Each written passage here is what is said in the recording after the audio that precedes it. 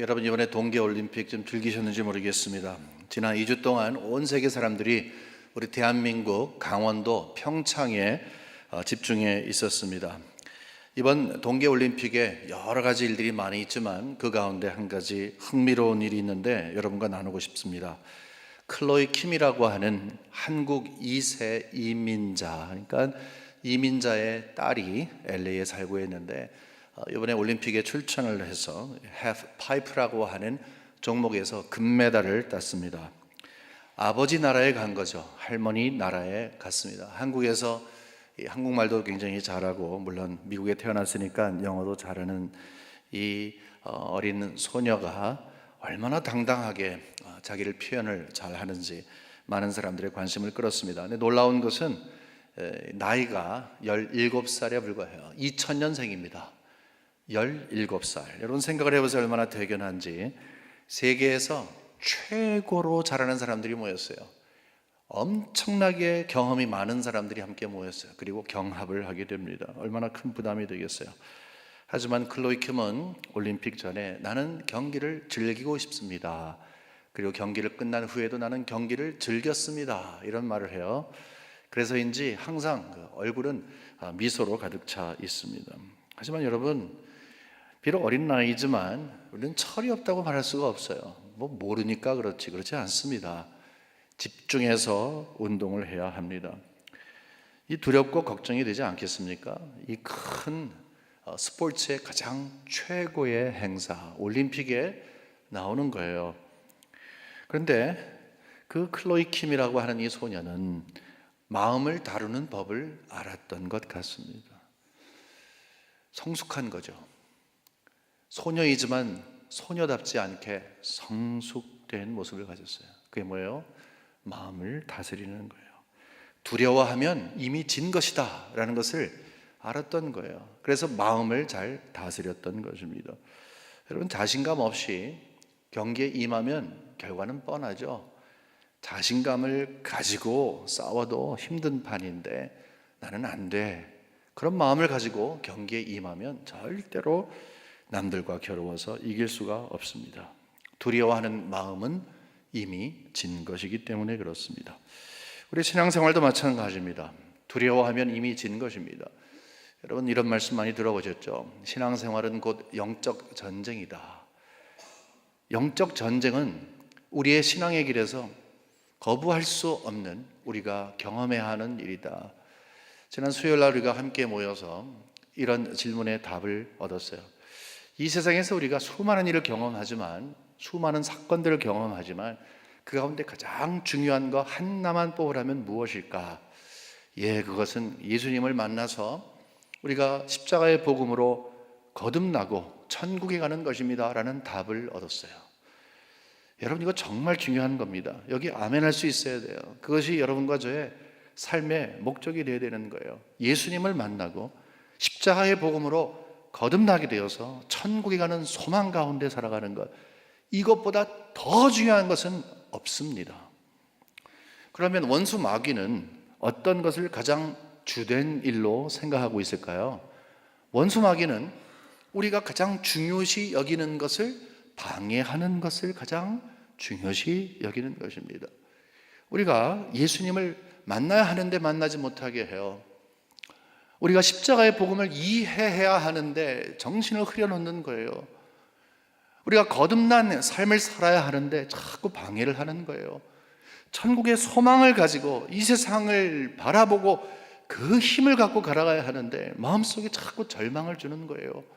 그래서 우리를 막 흔들어 놓는 거예요. 정신없게 하는 거예요. 그것이 우리 원수 마귀의 가장 중요한 업무인 거예요.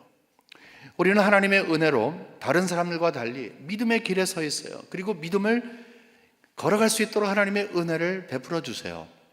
근데 자꾸 원수 마귀가 방해하니까 그것을 우리는 어떻게 합니까? 싸워 이겨야죠. 그것이 바로 영적 전쟁인 것입니다. 베드로전서 5장 8절 9절에 보면 이런 말씀이 있어요. 근신하라, 깨어라. 너희 대적 마귀가 우는 사자같이 두루다니며 삼킬 자를 찾나니. 여러분, 표현이 굉장히 사실적이죠. 원수 마귀는 삼키는 거예요. 딱 건들고 도망갈 정도가 아니라 결국은 완전히 삼켜버리는 거예요. 우는 사자와 같이 삼킬 자를 찾나니 9절 너희는 믿음을 굳건하게 하여 그를 대적하라. 하나님께서는 피해라, 조심해라 이렇게 말씀 안 하세요.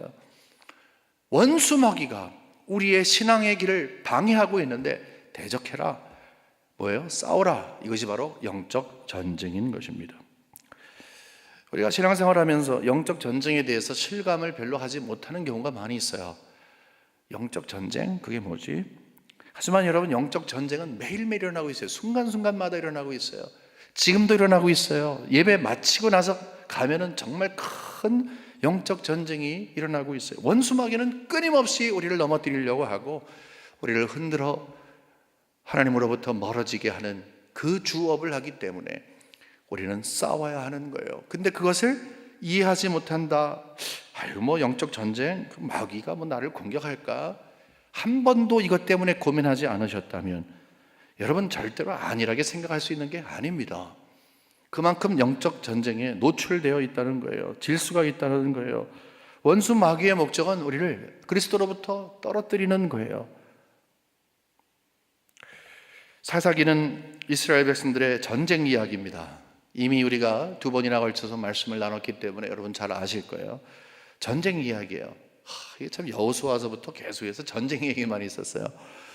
출애굽한 다음에 40년 광야 생활 산 이스라엘 백성들이 약속의 땅 가나안에 들어왔어요.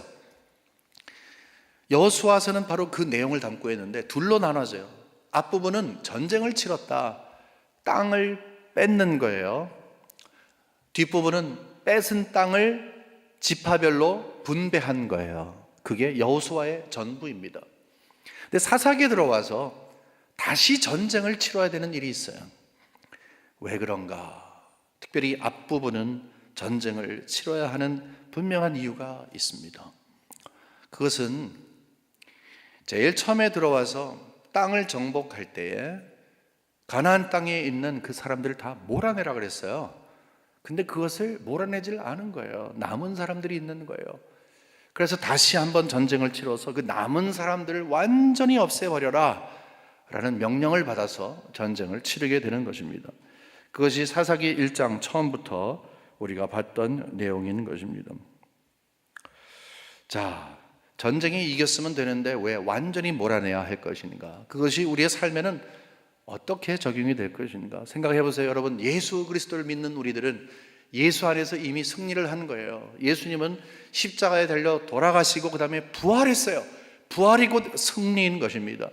우리가 승리하는 것이 아니라 예수님이 승리하셨기 때문에 그 승리는 죽음의 가장 대명사가 되는 원수 마귀를 그 허리를 꺾으셨기 때문에, 이기셨기 때문에 우리는 예수 그리스도 안에서 죽음을 이기는 십자가의 능력을 가진 자예요. 이미 우리는 영적 전쟁에서 이기는 사람이에요. 그리고 우리는 이기는 전쟁을 싸우고 있는 거예요. 믿음의 싸움은 이기는 전쟁이에요. 왜냐하면 예수 그리스도 안에서 싸우는 거니까. 그런데 이스라엘 백성들이 다시 그 남은 자들을 내쫓기 위해서, 완전히 청소하기 위해서 싸워야 하는 것처럼 우리도 우리 안에 남아있는 옛사람의 잔재 때문에 계속해서 그것을 싸워 이겨서 버려야 하는 것입니다. 우리 안에는 영적인 찌꺼기가 있어요. 예수 몰랐을 때 살았던 우리의 모습. 여러분, 예수 그리스도를 믿기 시작을 하면 갑작스럽게 사람이 다 변하는 거 아닙니다. 제일 처음에는 신분의 변화가 있죠. 칭의가 바로 그거예요. 우리를 의롭다 하심을 얻은 거예요. 아직 죄인이지만 예수 그리스도 때문에 우리를 의롭다 그냥 여겨주시는 거예요. 그 다음이 중요한 거예요. 그 다음이 바로 성화, 거룩한 삶을 사는 것입니다. 거룩한 삶을 사는 것은 바로 이거예요. 우리 안에 있는 찌꺼기를 계속 버리는 거예요. 어떤 사람은 빨리 버리고, 어떤 사람은 천천히 버리고, 어떤 사람은 그것을 쥐어잡고 버리지 않으려고 하는 거예요. 그러나 분명한 것은 사람이 변하는 거예요. 옛사람이 변하는 거예요. 옛날에 좋아했던 것이 싫어지게 되고, 내 마음속에 나를 잡고 있었던, 주장하고 있었던 것이 이상하게 사라지는 거예요. 그것이 바로 영적인 전쟁이에요. 영적인 전쟁을 통해서 우리는 점점점 내 마음속에 하나님의 영역, 하나님의 통치가 더 많아지는 거예요. 넓어지는 거예요. 그래서 내가 거룩한 사람이 됐다, 예수를 닮는 사람이 됐다는 것은 이전에 있었던 것을 덤버리게 되고 이제 새로운 그 그리스도의 통치하심으로 나를 온전케 하는 그 경험을 하는 것입니다. 그런데 이렇게 하지 않으면 언젠가는 대가를 치러야 합니다. 그것이 힘든 거예요. 하나님께서 이스라엘 백성들을 이제 가나안 땅에 들어오게 하실 때 조금 염치가 없는 분처럼 느껴져요. 무정해 보입니다. 거기 잘 살고 있는 사람들이에요. 가나안 사람들 지금 잘 살고 있는데 다 내쫓으라고 하십니다. 그럼 우리 이런 생각을 해요. 하나님 조금 좀 자비를 베풀어 주시지. 좀 공존하면 안 됩니까? 좀 코너에 몰든지 아니면 좀 무엇인가 좀 화합해 갖고서 살아가면 안 됩니까? 우리는 자연스럽게 그렇게 생각을 해요. 하지만 하나님은 생각이 다르셨어요. 전혀 다르셨어요. 그래서 이 말씀을 그러니까 이스라엘 백성들에게 가나안 땅에 들어가면 그 사람들을 다 없애라는 말을, 거기 주민들을 다 없애라는 말을 지금 처음 하신 거 아니에요. 이전부터 하셨어요. 아주 처음부터 하셨어요. 모세에게 하셨어요. 그래서 모세가 이스라엘 백성들에게 그 마음을 전달했어요. 또 모세의 후계자인 여호수아에게도 분명히 말씀하셨어요. 그래서 여호수아도 전달을 했어요. 한번 찾아볼까요? 민수기 33장 55절은 모세가 한 말입니다. 너희가 만일 그 땅의 원주민을 너희 앞에서 몰아내지 아니하면 너희가 남겨둔 자들이 너희의 눈의 가시와 너희의 옆구리에 찌르는 것이 되어 너희가 거주하는 땅에서 너희를 괴롭게 할 것이요.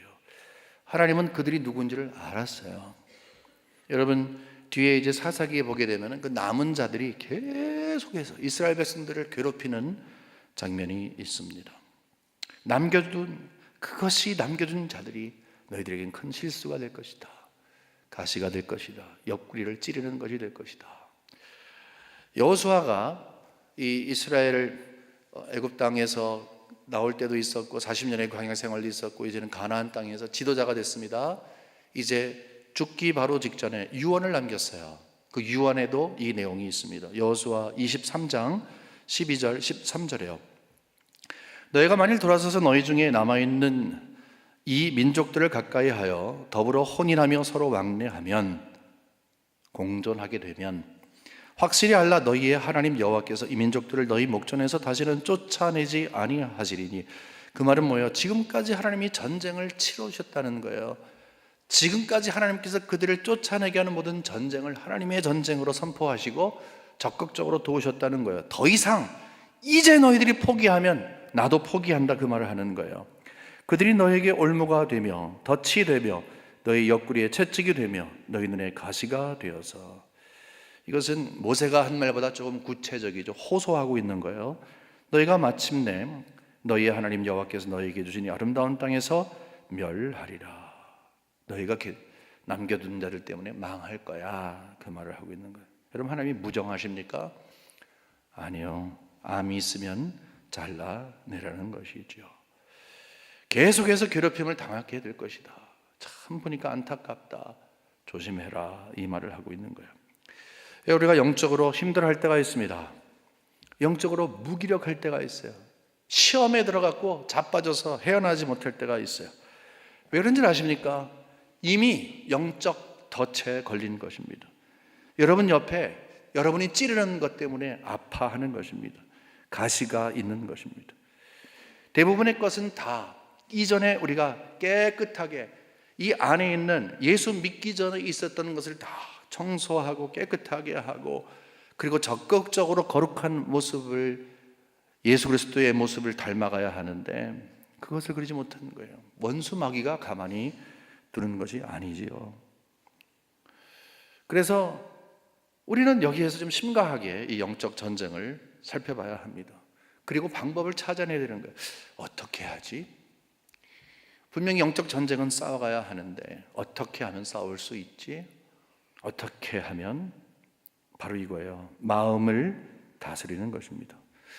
클로이 킴이라고 하는 소녀를 소개하면서 마음을 다스린다고 했어요. 마음을 다스리는 것이 모든 것을 다스리는 것입니다. 마음을 다스리는 것, 결국은 우리도 마음을 다스려야 합니다. 잠언서 4장 23절에 보면 모든 지킬 만한 것 중에 더욱 내 마음을 지키라. 생명의 근원이 이에서 남이라 하고 있어요. 마음이 죽어버리면 그 사람 죽은 거예요, 영적으로. 마음이 살아나면 그 사람이 영적으로 살아나는 것입니다. 그래서 마음을 지키는 것은 엄청나게 중요해요. 여러분, 마음의 상태를 우리가 알아야 돼요. 마음을 생명을 걸고 지켜야 하는 이유가 바로 거기에 있어요. 원수 마귀가 원래 싸움을 굉장히 잘하는 원수예요. 틈새 공략을 엄청나게 잘합니다. 그래서 조금만 틈이 있어도 거기를 탁 들어가고서 저기가 어디예요? 우리 마음이에요. 우리 마음이 조금만 삐걱하면은 그 새를 누구 들어와서 우리를 흔들어 놓는 거예요. 그냥 가만히 두지를 않습니다. 우리 마음을 지키지 않으면 우리는 우는 사자와 같이 우리를 향해서 삼키기 위해서 달려드는 그 원수 마귀의 밥이 될 수밖에 없는 거예요. 마음을 지키는 것이 신앙을 지키는 것이고, 신앙을 지키는 것은 마음을 지키는 것부터 시작이 되는 것입니다. 근데 한 가지 이상한 거 여러분 못 느끼세요? 이스라엘 백성들이 계속 들어온 거예요. 지금 하나님께서 가나안 땅에 들어가게 되면은 다 없애라, 그 거주민들을 다 없애라, 그리고 너희들만 모여 살아라.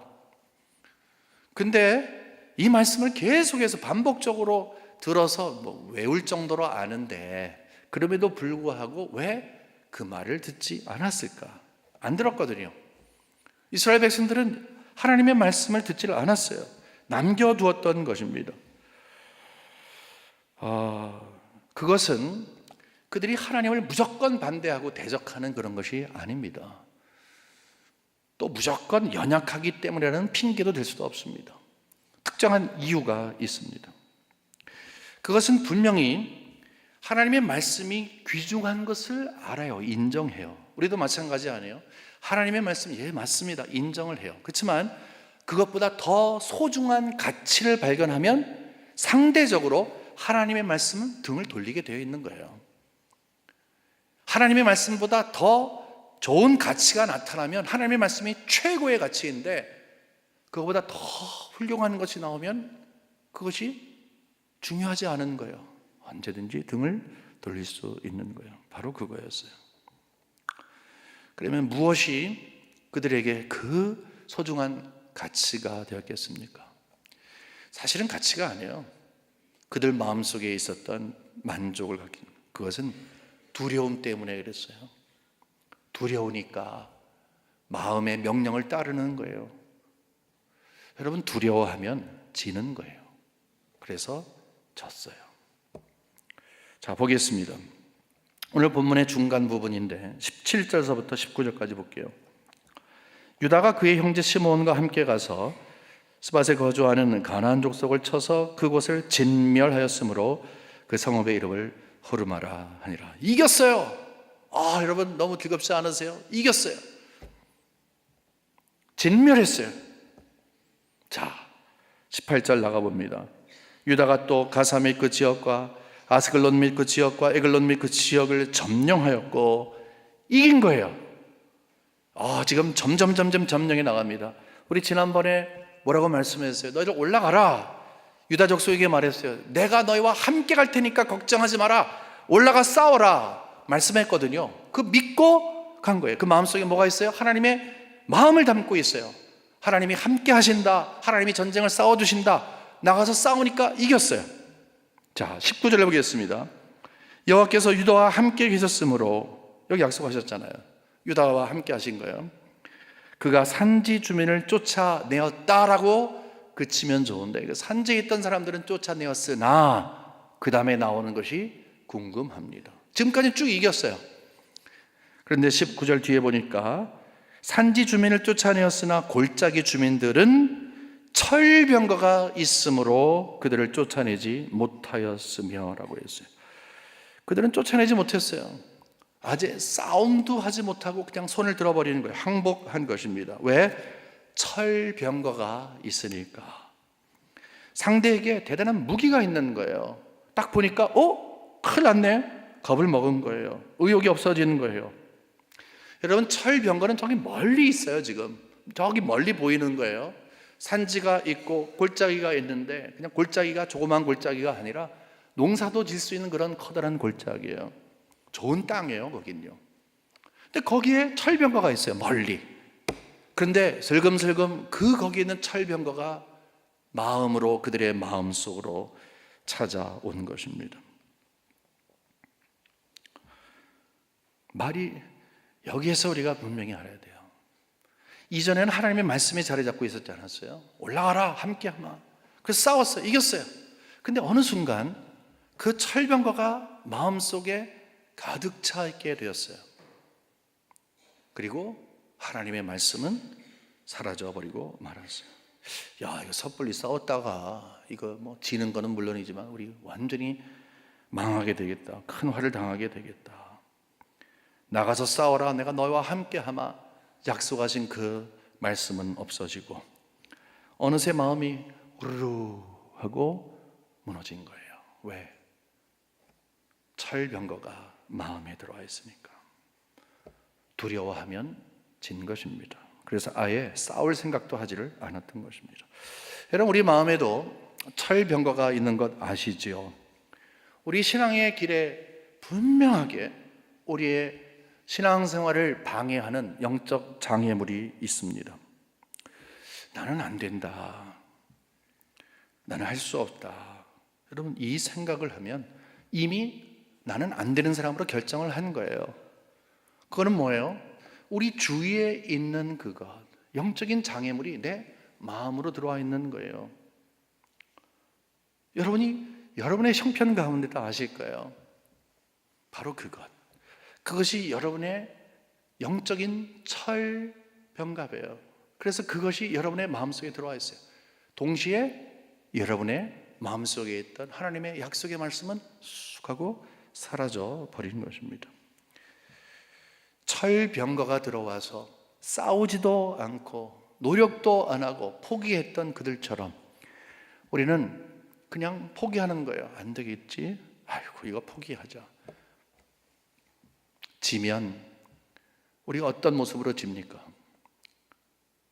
영적 전쟁에서 지면 크게 지는 것입니다.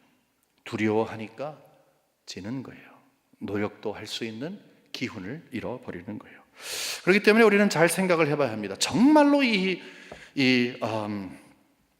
철병거가 그렇게 대단한 무기였냐 하는 거예요. 그렇게 두려움의 대상이 될 수 있었냐 한번 생각을 해보자는 거예요. 그러면 다시 말해서 우리가 조그만 철병거가 앞에 있어서 우리 안에 들어오면 거기서 넘어지고 자빠지고 포기해야 되냐는 거예요. 여러분, 여기 사사기 4장에 나가보면 오늘 이 말씀, 조금 전에 읽었던 철병거 때문에 싸워보지도 않고 두려움 때문에 포기했던 그들과 대조가 되는 장면이 나옵니다. 너무너무 하나님께서 이것을 이 성경에 기록해 놓고 우리에게 꼬집어서 교훈을 주시려고 하는 것 같아요. 사사기 4장 3절과 4절 보겠습니다. 야빈 왕은 철병거 900대가 있어 20년 동안 이스라엘 자손을 심히 학대했으므로 이스라엘 자손이 여호와께 부르짖었더라. 이 야빈 왕은 철병거가 한두 대가 아니라 900대나 있어요. 90대도 아니고 900대나 있어요. 엄청난 파워를 갖고 있는, 정말로 상대할 수 없는 그런 힘을 가진 적이죠.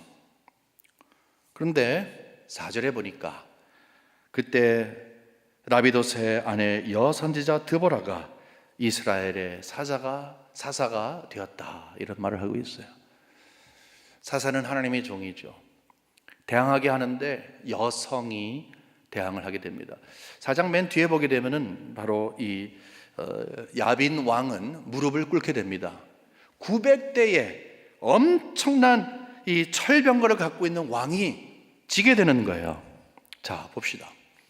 그러면 정말로 이스라엘 백성들이, 특별히 유다 자손이 멀리서 봤을 때 이 산지는 이겼어요. 근데 골짜기에서 철병거를 봤을 때에 안 되겠다 라고 해서 그것이 내 마음속에 있으므로 이미 나는 손 들어야 되겠다 라고 생각한 것이 정당화가 될 수 있냐 하는 것입니다. 아니죠. 바로 그것을 저희들에게 가르쳐주고 있는 것입니다. 상대가 철병거를 가지고 있기 때문에 못 싸웠다 하는 것이 아니라 안 싸운 거죠. 그것은 핑계에 불과하다는 것입니다. 여러분, 무엇이 문제였습니까? 이스라엘 자손들은 그들이 전쟁에 나아가지만 절대로 홀로 가는 것이 아닌 것을 알고 있었어요. 이스라엘은 전쟁의 역사 아니에요. 전쟁하면은 정말 어느 나라보다도 그 역사를 잘 꿰뚫고 있는 사람이었었어요. 이스라엘이 광야에서도 그랬고요. 가나안 땅에 들어와서 특별히 전쟁하면서 여러분 잘 아시는 여리고 성 무너지는 거, 아이성 정복하는 거 가장 대표적이니까 여러분 기억나시도록 하잖아요. 그들이 싸웠습니까? 그들의 방법으로 이겼습니까? 좋은 전법 때문에, 막강한 화력을 갖고 있기 때문에, 수가 많아서 이겼습니까? 그렇지 않아요. 하나님이 이기신 거예요. 하나님의 전쟁이었었어요. 하나님이 팔 걷어붙이고 나가서 대신 싸워주시는 거예요. 그것을 너무너무 잘 알고 있어요. 이스라엘 백성들은 그거 전쟁은 하나님이 속했다는 것을 알고 있어요. 그것을 또 외워봐 그래서 가르쳐 주셨어요. 경험을 했어요. 지금도 이전에도 경험을 했어요. 다른 곳에 가서 무찔렀어요. 하나님이 하셨구나, 할렐루야 하면서 하나님 앞에 제사를 드렸을 거예요. 하지만 이 땅에 들어와서 저희들이 변하기 시작을 했는데, 하나님이 나와 함께 계시고 나와 싸워주신다고 하는 이 마음에 담겨져 있는 그 약속 말씀보다 더 소중한 것이 생겼어요. 여러분, 그들이 두려워했던 것은 철병거가 아닙니다. 전혀 다른 것이었습니다. 만일에 정말 철병거를 두려워했다면 하나님께 간구했을 거예요. 드보라처럼 나가서 싸워 승리했을 거예요. 900대가 아니라 9,000대, 9만 대가 있어도 나가서 싸웠을 거예요. 전쟁은 주께 속했습니다라고 외치면서 나갔을 거예요. 하지만 철병거를 보고 그것을 마음에 담고 하나님의 말씀 지워버리고 그냥 안일하게 있을 수밖에 없었던 이유가 분명히 있었어요. 그것은 또 다른 종류의 두려움 때문에 그랬어요. 그리고 그 두려움 때문에 진 거였어요. 무엇이었을까요? 철병거의 두려움이 아니면, 화력의 그 두려움이 아니면 무엇이었을까요? 그것은 바로 상실에 대한 두려움이었습니다. 하나님께서 가나안 백성들을 몰아내라고 하셨잖아요. 근데 머릿속에 가만히 생각을 해보니까 이게 말이 안 되는 거예요. 여호수아 이 역사에 있어서도, 여호수아에 기록되어 있는 내용 가운데서도 이미 우리가 본 거예요. 딱 들어왔는데 글쎄 한 번도 농경 생활을 안 해봤어요. 근데 거기 있는 사람들은 엄청나게 잘 알아요. 다 내쫓으라고 하지만 어떻게 그럴 수가 있어요? 그들의 지혜를 얻기 원했던 것이죠. 그리고 그들의 노동력이 필요했습니다. 그러니까 계산을 한 거예요. 하나님 알고 있습니다. 하나님께서는 그들을 내쫓으라고, 완전히 청소하라고 하시지만 우리의 삶 가운데 그들이 필요한 거 아시잖아요. 그 마음의 갈등을 하는 거죠. 자, 하나님의 말씀을 들으면 그들을 내보내야 돼. 그러면 어떤 상실을 하는 거예요? 노동력의 상실, 지혜의 상실. 이래서 더 잘 살 수 있을 터인데 그러지 못하는 것에 대한 상실감에 대한 아픔이 있던 거예요. 여러분, 하나님의 말씀을 불순종했던 그들은 원색적으로 이야기하면 욕심 때문에, 여기서 상실감의 두려움이란 말은 너무 미화시킨 말이고 욕심이 있는 거예요. 다 몰아내라. 어떻게 몰아냅니까? 우리의 삶 가운데도 그러지 않아요? 예수 믿으면서 주의 말씀으로 과거의 일을 청산하십시오, 깨끗한 삶을 사십시오, 새로운 옷을 입으십시오, 거룩해지십시오, 이것이 하나님의 뜻입니다. 잘라내고 없애고 깨뜨릴 것들이 엄청나게 많은데 그것을 놓치지 못하고 있어요. 왜 그래요? 상실의 아픔 때문에. 그거 잃어버리면 죽을 것 같기 때문에. 두려우면 진 것입니다. 이미 진 것입니다. 우리가 영적 전쟁을 싸우면서 마귀에게 패배하는 이유도 사실은 우리 욕심 때문에 그럴 때가 많이 있습니다. 우리는 우리의 기본적인 마음이 많이 가지려고 해요. 남보다 더 많이 가지려고 해요. 근데 그것은요, 예수 믿기 전에는 다 통용이 됐어요. 그게 여러분, 세상에 살면서 나는 남들보다 덜 가지기 위해 이 사명을 가지고 태어났다라고 이야기하는 바보 없어요. 내 삶의 목적은 남들보다 덜 갖는 거다. 누가 이런 바보스러운 말을 합니까? 그것은 말이 안 돼요. 세상의 기준은 더 많이 갖고 남들보다 더 많이 갖는 거예요. 맞습니다. 세상에서는 그렇게 살아왔어요. 하지만 예수 그리스도 안에서 우리가 새로운 삶을 살면서 새로운 것을 배우는 거예요.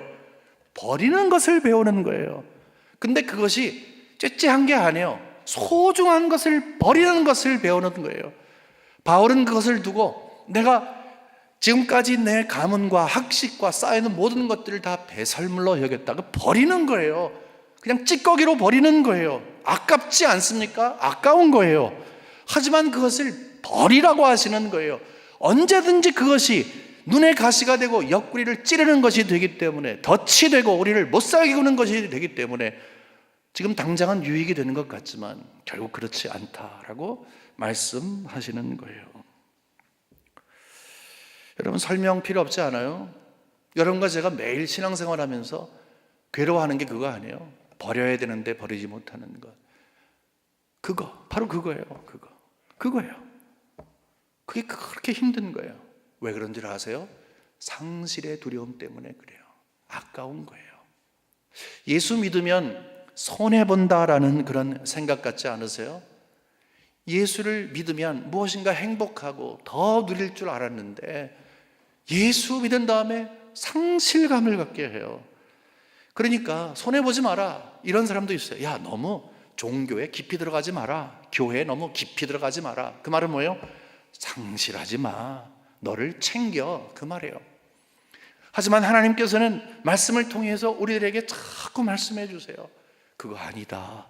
세상의 가치를 가지고 삶을 살지 마라. 새로운 표준을 갖고 살아야 한다. 분명한 목적을 가지고 살아야 한다. 그 목적 가운데, 표준 가운데 도달하기 위해서 과정 속에 버려야 하는 것들이 있어요. 심지어는 우리의 생명도 버려야 하는 거예요. 여러분, 상실에 대한 두려움, 이것은 우리 모두가 다 경험하는 거예요. 근데 숨기고 있을 뿐이에요. 겉에는 철병 것 때문에 두렵습니다, 그래서 못합니다 라고 하지만 속 안은 다른 것이 있는 거예요. 우리의 원래 마음이에요. 욕심 때문에 그래요. 장사하는 분들 판매 전략 가운데 중요한 것이 있어요. 상대에게 상실감을 갖게 하는 거예요. 무슨 말씀인가 하면 이런 말을 하는 거예요. 여러분, 이거 50% 세일인데 어제하고 오늘만 합니다. 오늘 지나가면 없습니다. 그럼 뭐예요?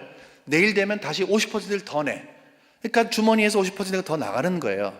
그러니까 오늘 사야지. 왜? 상실에 대한 이 생각을 하고 있는 거예요. 두려운 거예요. 그것을 이제 이렇게 유도해내는 거죠. 우리나라에 있는 어느 회사도 이 현지에서 직접 수입한 회사는 없습니다. 우리 회사만 있습니다.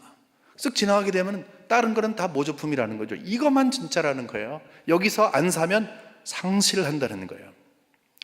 자, 날개 닿듯이 완전히 다 팔아갖고 지금 2개밖에 안 남았습니다. 왼쪽 오른쪽 이거 빨리 가져가십시오. 누군가 와서 딱 낚아챌까봐 빨리 가갖고 그것을 사게끔 하는 거예요. 그것이 판매 전략이야. 다 상실감에 대한 두려움을 갖게 하는 거예요. 원수 마귀가 그렇게 하는 거예요. 원수 마귀가 그렇게 하는 거예요. 예수 믿으면서 내가 바보가 돼. 왜? 친구를 보고 이전의 삶을 보게 되면은 나를 채우고 즐길 수 있던 것이 있었는데 예수 믿으면서 내가 왜 그래? 뭐 주일날 예배 드리는 것부터 시작을 해서 헌금하는 거, 봉사하는 거 너무 깊이 들어가지 마. 그냥 대충 해. 물가에 있어. 들어가면 빠져. 죽어. 그 말이 너무너무 달콤하게 들리는 거예요. 고맙고. 그렇습니까? 상실감에 대한 아픔, 도리어 그것이 아픔으로 있어야 되는데 우리에게는요, 상실감이 두려움으로 있는 거예요. 그 아픔이라고 하는 것은 아프지만 그럼에도 불구하고 내가 그대로 하겠습니다. 그것이 믿음이라는 거죠. 그것을 극복하는 것이죠. 여러분, 신앙인답게 하나님의 뜻을 선택하고 싶지만 따라올 때 이렇게 상실에 대한 두려움이 있게 되면 우리는 절대로 영적 전쟁에서 이길 수 없어요. 원수 마귀가 그렇게 하기 때문에 그래요. 판단력이 흐려져요. 여러분, 에덴 동산에서 원수 마귀가 아담을 찾아갔어요. 너 그 선악과 꼭 따먹지 말라 그랬어? 먹지 말라 그랬어? 그게 뭐예요? 조금 전에 말씀드린 그 판매 전략이에요. 먹도록 하게끔 하는 거예요. 먹지 않으면 큰 손해보는다고 생각하게 하고 하는 거예요. 원수마귀는 끊임없이 우리에게 이거 하지 않으면 손해본다고 생각해서 그것을 장애하게끔 하는 거예요. 그것이 원수마귀가 우리 영적 전쟁에서 우리를 이기는 방법입니다. 하지만 디모데후서 1장 7절에 보면 하나님이 우리에게 주신 마음은 두려워하는 마음이 아니라고 했어요. 만일에 우리가 그것이 상실에 대한 아픔이든 아니면 상대가 너무 강해서 아픔이든 어쨌든 간에 두려운 마음이 있으면 그것은 하나님 주신 마음이 아니에요. 우리 마음을 지키지를 못했다는 것이죠. 우리의 마음을 지켜야 된다는 거예요. 말씀으로 지켜야 된다는 거예요. 이번 올림픽에서 아주 좋은 선수 하나가 나왔습니다. 마지막에 금메달을 딴 이승훈 선수입니다. 여러분 잘 아실 거예요. 근데 여러분, 이승훈 선수는 2009년도까지는 쇼트 트랙 선수였어요. 이렇게 조그만 링크에서 모자 쓰고 안경 끼고 막 새치기 하는 그거 있잖아요. 그 쇼트 트랙을 했어요. 근데 장거리 선수로 변했어요. 왜 그런가 하면 글쎄 대표 선발을 해야 되는데 실수해 갖고서 2009년에 넘어졌어요. 그래갖고 선발이 안 됐어요. 내가 왜 이러지라고 생각을 했어요. 근데 이승훈 선수는 기독교 신앙이네요. 그래서 이번에도 올림픽에서 이 태극 그 전사들 가운데 신앙인이 있는데 위에서 기도해 주십시오라고 하는 어떤 자료를 저한테도 보내줘서 받은 적이 있습니다. 거기에 이승훈 선수가 있더라고요. 그래서 2009년도에 종목을 바꿨어요. 장거리 선수로 바꿨어요. 근데 그 과정 속에서 이런 일이 있었습니다. 너무너무 상심을 한 거예요. 내가 신앙인이고 하나님을 부여잡고 이렇게 기도를 했는데, 그리고 신앙생활을 했는데 왜 나한테 이런 일이 있는가, 너무 상심하게 된 거예요. 그때 어머니가 이런 말을 했습니다. 때가 되면, 하나님의 때가 되면 다 하나님이 이루어 주실 거야. 들리지도 않았어요. 할머니가 이런 말을 했습니다. 더 좋은 것으로 주실 것으로 믿고 기다려봐.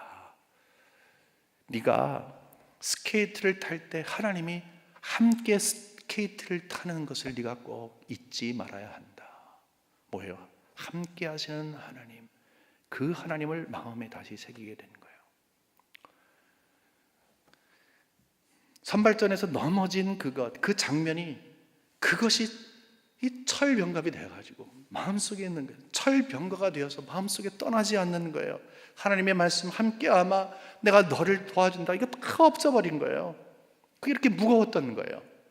그런데 주의 권유를 받아서 주의 말씀으로 다시 그렇지, 하나님의 말씀이 맞지, 하나님이 나와 함께 계시지. 그래서 그때 그 친구가 글쎄 장거리로 이 종목을 바꾸더니 이번에 금메달도 따고 5,000m, 10,000m 다 뛰고, 그 다음에 3명이 하는 경기에서 은메달인가 따고 너무너무 잘했어요. 근데 여러분, 제가 금메달을 땄기 때문에 훌륭한 선수라고 이야기하는 것 아닙니다. 그런 거 아니에요. 이미 이승훈 선수는 그때 가장 어려웠을 때 승리했어요. 왜냐하면 그전에는 두려워했기 때문에 졌어요. 이미 진 거였어요. 그러나 하나님이 나와 함께 계신다라고 하는 이 사실을 다시 한번 회복하면서 그 마음이 하나님의 말씀으로 채워지고 약속으로 채워지는 그 순간 그의 생각이 바뀌었어요. 확신으로 바뀌었어요. 바로 거기에서 승리한 거예요. 바로 그 순간이 그에게는 승리예요. 올림픽에 나가지 못했어도 상관없어요. 나갔지만 아무 메달을 받지 않았어도 그의 삶에는 뭐 큰 변화가 있겠지만 영적으로는 아무런 변화가 없어요. 이미 그는 승리한 거예요. 두려워하면 진 것인데 두려워하지 아니하는 그 마음, 그에게 있었던 철병거를 사라지게 하고 하나님의 말씀으로 다시 회복하게 하는 그 은혜 때문에 이미 이긴 거예요. 그래서 계속 이겨온 거예요.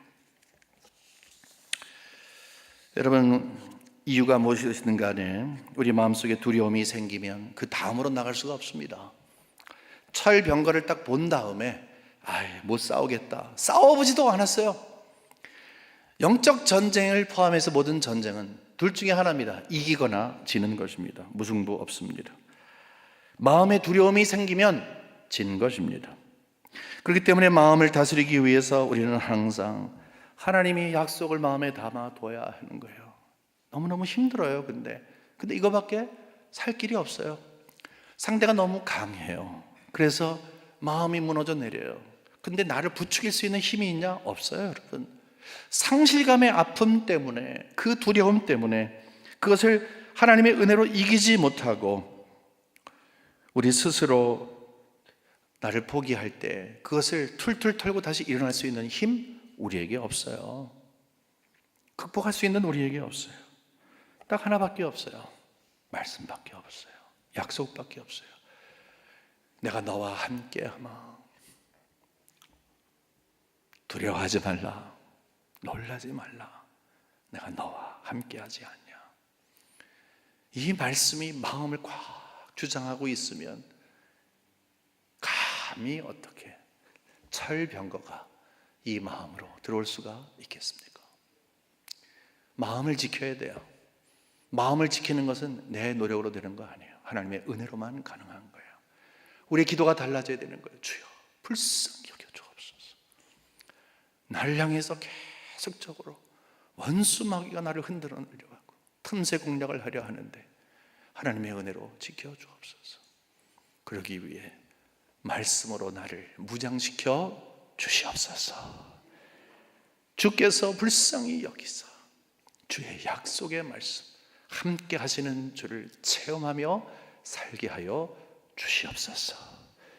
이것이 여러분과 저의 고백이 되고 그러한 경험을 통해서 큰 은혜 받는 여러분과 제가 되기를 주님의 이름으로 간절히 축원합니다. 하나님 아버지 감사합니다. 저희들에게 힘을 주시옵소서. 불쌍히 여겨 주시옵소서. 영적 전쟁을 싸워야 하는 저희를 대적해야 하는데 자꾸 두려움 때문에 이미 진 우리의 모습을 발견하며 아파합니다. 하나님, 우리를 불쌍히 여겨 주시사 확신을 시켜 주시옵소서. 말씀을 먹여 주시옵소서. 영적인 철병거가 우리를 넘보지 못하고 우리 안에 자리 잡지 못하도록 우리의 마음을 지키는 유일한 방법, 하나님의 그 놀라우신 말씀으로 우리를 감싸 주시사 주의 말씀 걱정하지 말라 내가 너와 함께하마 놀라지 말라 내가 너와 함께하지 않냐. 아버지 하나님, 이 말씀에 우리가 승부를 걸게 하시고 영적인 전쟁을 싸울 때 함께 대신 싸워주신 우리 주님 힘입어서 승리하는 종들로 축복하여 주시옵소서. 온전히 주께 맡기며 살아계신 예수 그리스도의 이름으로 기도 올리옵나이다. 아멘.